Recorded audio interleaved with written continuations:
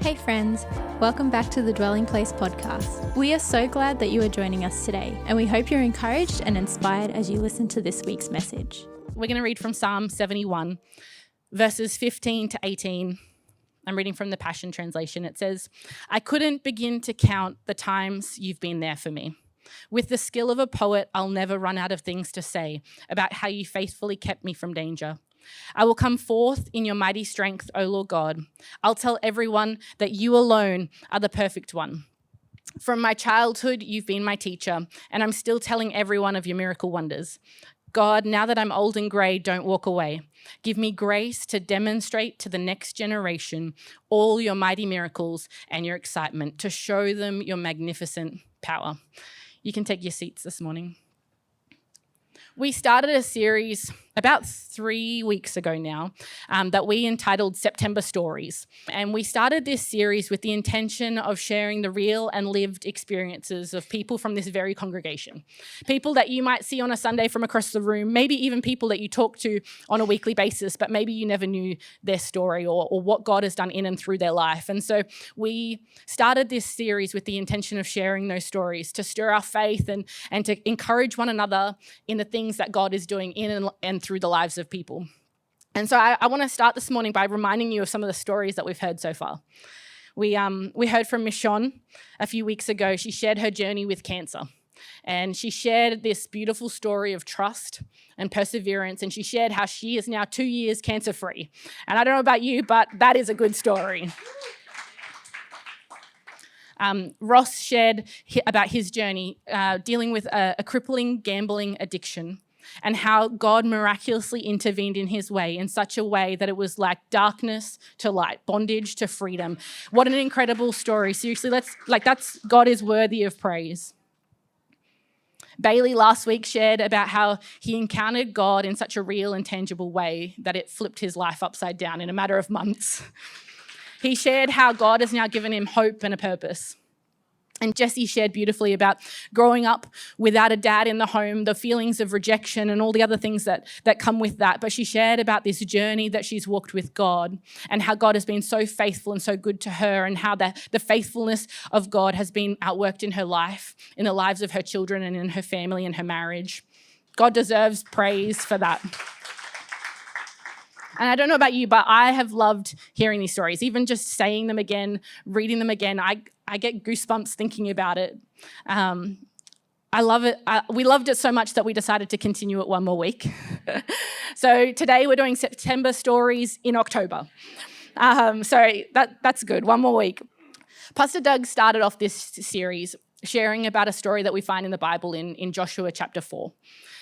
We read this story about how God supernaturally made a way for the Israelites to cross the Jordan River and enter the promised land.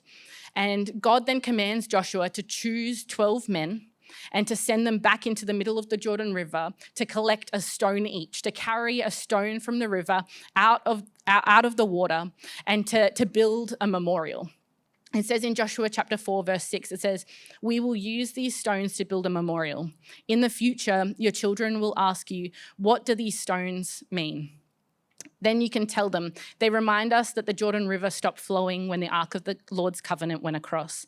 These stones will stand as a memorial among the people of Israel forever.'" These stones were to become a testimony. These stones were to become a story for generations to come to look back at and to see the faithfulness and the goodness of God. This is what I love about testimonies. Testimonies create in us this expectation for God to work a miracle in our lives and in the lives of those around us. That's the power of a testimony. They stir in us a faith to believe, you know what, maybe if God did it for them, that he can do it for me. When we hear these stories, hopefully you're stirred to go, wow, God works like that. And so that way, the next time you face a similar situation, when you face something that you feel like is impossible, you can, hopefully it's stirred in your memory to think back and go, oh, I remember how Michonne shared that story of how God healed her from cancer. And so when I come up against a health diagnosis and if it seems impossible, I can go, you know what, I'm calling on that testimony. You know, David, the psalmist, writes, he writes how the testimonies of God are his inheritance. And that's the inheritance that we have as the children of God. We can take these stories and go, you know what? If God did it for them, he can do it for me. You know, God is the same yesterday, today, and tomorrow. And so if he did it then, I'm going to claim it for me today. And so there's power in sharing our testimonies. There's power in hearing these stories and the stories of God's goodness and faithfulness. And so without holding off any longer, we're going to listen to 2 more stories this morning. You know, just a quick note. I think what I've loved seeing about these stories is we didn't plan necessarily which weeks which people were going to line up on. We weren't that well prepared, to be honest, or not that we weren't prepared, but it was a logistical matter. Some people are available one week, some people are unavailable. But we didn't line up who was going with who. But I love that it's a God-ordained thing, that I feel like there's this contrast in each of the weeks we've had so far. We hear about Ross and this moment, this encounter with God that just radically shifts his life. In a moment, his life is changed. There's a journey that he had to walk, but there's this encounter that shifts his entire life. Michonne that same week shares this journey with cancer, and it was a journey. She was prayed for. She believed that she'd been healed in a moment, but she still had to walk out the journey. Last week, the story of same kind of thing, Bailey, radical encounter with God, a transformation in his life that just flips his life upside down. Jesse, a radical life with God and God's goodness and faithfulness, but a journey. She talked about just walking that journey with God year after year after year, and now seeing the faithfulness of God in all of it. And the stories this morning are the same. There's this contrast and yet this beauty in the uniqueness of our stories and the fact that we're not all meant to have the same story. And so there's this uniqueness and this beauty that comes out in every story. And so I hope this morning as that you're encouraged by these stories that we listen to. So let's put that up on the screen. Hi, my name's Matt. My story isn't dramatic or what you'd typically call a captivating story. I wasn't like really sick and miraculously healed, or I haven't had like a crazy addiction and suddenly been healed from that either. I feel like I've known God my whole life. As a kid, I wanted a dramatic story because you hear all these stories and they're so cool. But as I've grown up, I realized the reason I don't have that story is because of my mum's story. She has a dramatic story, and now I never needed a dramatic story to know God. I can't point to a specific spot where I feel like I raised my hand in church or I did something that was dramatic that made me feel like, oh, I've made this decision. I've just always known that my sins separated me from God, and that Jesus died and rose again and brought me into relationship with him. I'm far from perfect. I haven't done everything right. But from what I've learned is when you do stuff wrong, you just always go to God. You don't run away from God. My story and my sibling's story is closely connected to my mum's story. She grew up, I think she tells the story that she thinks she knew of God, that there could have been a God, but there was no relationship there or revelation of God. I guess she was introduced to God through a friend when they were just chatting about, that God could be real. And the friend gave my mum the Bible and said, start with the book of John. So mum read the book of John and she read John 3:16. And from that moment, I think that was the catalyst that started her on her newfound faith and her relationship with Jesus. At that time, my mum and dad, they just lost a baby in labor. And so it was a really, really hard time in their lives. And my mum had this newfound faith, but my dad, he didn't want any part of it, and he still doesn't, or he still has no interest in faith or church. But my mum from that moment decided that, this is what she wanted. She was committed to God, and she was committed to raise her kids as Christians and in church. My mum and us 4 kids, we were regularly in church. We regularly prayed together. We regularly talked about the Bible. My mum lived out her relationship with God. It was visible. I saw my mum pray. I talked with my mum about different situations in the Bible, different stories in the Bible, different characters, different things in the world and how they kind of relate to God and the Bible.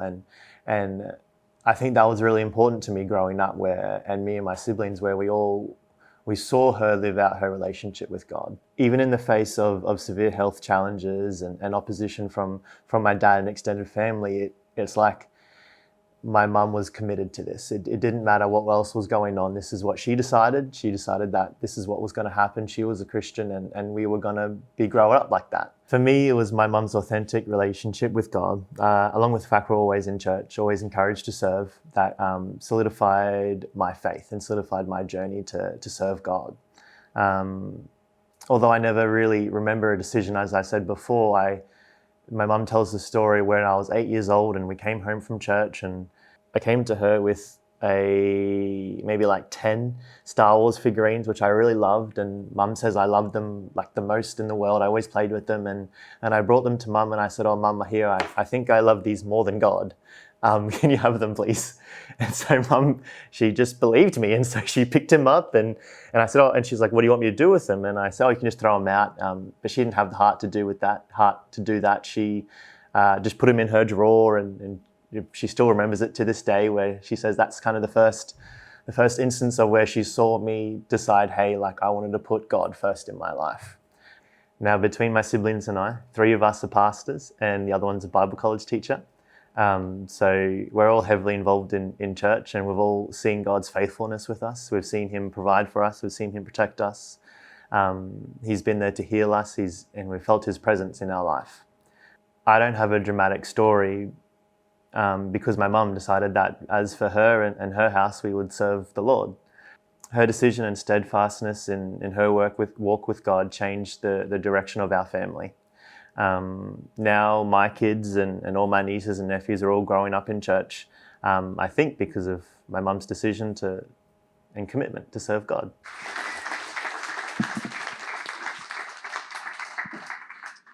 All right, g'day, my name is Darren, and this is my story. Well, I was born in 1981 and grew up in a small town in Jimboomba, 10-acre property with my parents and brothers. It's not an easy story to share. It's one full of a lot of heartache, a lot of pain, and like so many stories, just God's goodness throughout that. So I want to share from the point of view of not an orphan spirit, but of a son, of which you guys are too, a son and a daughter in God. So yeah, it was just like a normal family, I guess, growing up. Dad, hardworking dad and mum, but looking back over the years, I could tell that our home was a fairly dysfunctional home, without incriminating anybody, because I want to show respect to people. There was a lot of things looking back that were not right. There was a lot of alcohol fueled our home, and there's that saying that hurting people hurt people, and that's kind of where my story comes into the mix. And I remember times hiding in the cupboards, and whilst things were happening in the home, and all the fear and all the anxiety and all the trauma as a young child would experience with those things, and just trying to live life as a young fella. Lots of not dark days, there were dark years, many dark years, and I just felt, I guess, a sense of despair and this hopelessness. I had no concept of God at all, and I didn't know that there was hope out there and that life could be different. So with all this stuff happening in home, and just trying to live life, I get into high school, and me and a couple other guys were the butt of a number of bullies the entire high school. So from grade 8 to grade 12, it's just torturous experience. And so when I finished school, I didn't know what I wanted to do. Dad said, "Oh, what do you want to do?" And "How about electrician?" he says. And I just shrugged my shoulders and went, "Yep, I'll give it a go." So that was my my journey into adult life. But on the inside, I was dying with all this trauma and all this pain that I was dealing with. I was just very depressed, very suicidal for many years, and I just hated life. There was no enjoyment. There was just a lot of pain on the inside, and so I'd look to women to fill the void. Alcohol became my story, to stupid levels, like a lot of people, as a crutch. Self-harming, and at a very young age I got introduced to pornography, and that would be my life for many years. And I was dating this particular person at the time, and she separated from me, and that was kind of the last straw for me with all this stuff that I was dealing with. That kind of tipped me over the edge, and one day I said to Mum, "I don't know what to do." And she said, "Oh, how about going to see your auntie and uncle? They're Holy Spirit counselors." And I said to her, "What's that?" And I always saw my auntie and uncle as just beautiful people. They seemed to have the perfect family, and they were just always warm. And so I ended up going out to see my auntie and uncle, and I don't really recall a lot of the time there, but they encouraged me, and I remember them praying for me, and I just started bawling my eyes out. I had no idea what was going on, and you know, I got back on with life. No God, working as a sparky, and then with all of this pain and stuff going on and wanting to end life and all this sort of stuff, I have an encounter with Jesus. Yeah, so I have this encounter with Jesus in my bedroom. At this point, nobody in my house is going to church. I don't know anybody going to church. And when I came to, the first words that came out of my mouth was, "I have to go to church." I have no idea then what was going on, but I just have to go to church. There's a fire on the inside of me. And somebody referred me to a local church in Park Ridge, and I just wanted to be in church. And it was pretty funny because I would be at the church greeting the pastor and watching him unlock his own church, and just something happened on the inside. And yeah, it's still a total broken mess, really. So I'd go and sit at the back of the church, and I'd watch these people lift up their hands and worship God, and I'd just sit in silence and just view and just look at what was going on. And I really didn't know at that time the God connection still was not there. But I knew something was happening, and I remember going into this church and I would just feel incredible. This incredible feeling, which I still didn't put two and two together for a long time. And so this happened for a while. And throughout the week I'd spiral back out of control, but I couldn't wait for Sunday to come along again to feel this, amazing feeling I was feeling. And then one day, the pastor starts talking about this thing called an altar call, and there was all these people lined up, and I thought, I'll go down and give that a go. And so I went down there, and everyone, they got their hands out and their eyes closed. I thought, yeah, I better do that too. And so I had no idea where the pastor was at this point, but he was working his way across the room like in this fashion, and I've got my eyes closed, and all of a sudden I just start weeping again, and I can feel this tangible presence emanating out of this pastor's being. And again, I've got no idea what this is, but I'm just sensing this incredible experience, and I open my eyes, and that's when I realize he's he's in front of me and he's praying for me. And yeah, I always felt that I had this God-shaped hole. People talk about it now, about this God-shaped hole, but I didn't know that that was a thing. I felt like there was a void on the inside of me, and I would put everything in there to try and fill the void. And it was about 12 months after being saved that it dawned on me one day that that longing had gone. That void was completely gone, and then this relationship with God started, and I started this personal walk with Him. So that's kind of the salvation point, and then God starts dealing with all my mess, which is always rough, but I've appreciated it as well, and so He starts pointing things out, and in the gracious way. That the thing that I love about Jesus is he doesn't come to condemn us, and I didn't need someone to condemn me. I needed someone to love me where I was at, help me back up, and keep moving. And I remember I was trying to sort my life out, and I remember going to this nightclub one time, which is all the things I used to do. And I was the dedicated driver this particular night, so I was the responsible one, driving all my lunatic friends to go and have a good night, apparently. And I remember walking into this nightclub, and the music's just like 1 million decibels. It's insanely loud.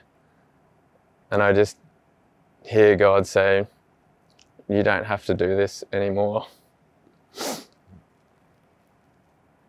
And that was it. I stopped drinking. And for me, I haven't touched a drop since. So that was that little obstacle out of the way for me, and on to the next one. So at that point, I was still dealing with a lot of suicidal stuff, and that would continue on for about a decade. Still battling with those thoughts of depression and just hating life, hating my parents for things that I felt were not right. But God was calling me to forgive and to let go. I'm starting to serve in a church at this point. I'm doing youth ministry. God chucked me into everything, and it was about 2006. I'm still wrestling with all these suicidal thoughts, and by that point it's probably a decade into that kind of thing, and my wife and I are helping out with the church and locking up the church. This particular night had a visiting minister, and it was an incredible night. People were getting touched by God everywhere, and I'm wanting to take my life. And I'm like, this is crazy. I need to try and shake this thing off. And so it was about 9 o'clock at night. I jump in the car after locking up the church, and I'm driving home. And the whole way home, there's just like a tape recorder playing through my head, which has been there forever. But this particular night, it just seemed to be on another level. Just things like, you're worthless, you're hopeless, just end it all. And this went on for years, but this day it was just hours and hours of just this torment. And I thought, I've got to sleep this thing off. I need to try and get through this. And it was 2 o'clock in the morning. I'm lying in my bed, and I have this encounter with God. And if you've ever had a dental needle, you'll know the feeling that you get when you have the numbing sensation that they put into you to numb your face. My whole entire head went completely numb, like I had just had this ginormous needle stuffed into my head. And all those thoughts that were just racing, it was just gone. Total silence. There was nothing, not a thought in my head. And then I felt something grab my intestinal area. Physically and tangibly, I felt something removed from my body, is the only way that I can describe it. I had no idea what was going on, and I said to God, "What happened?" and I just heard the words, "I just delivered you." And I woke up the next day, and that void feeling that I was talking about way back in the piece, I felt this hole again in my body. How I know that, I don't really know, but I felt there was a tangible void on the inside.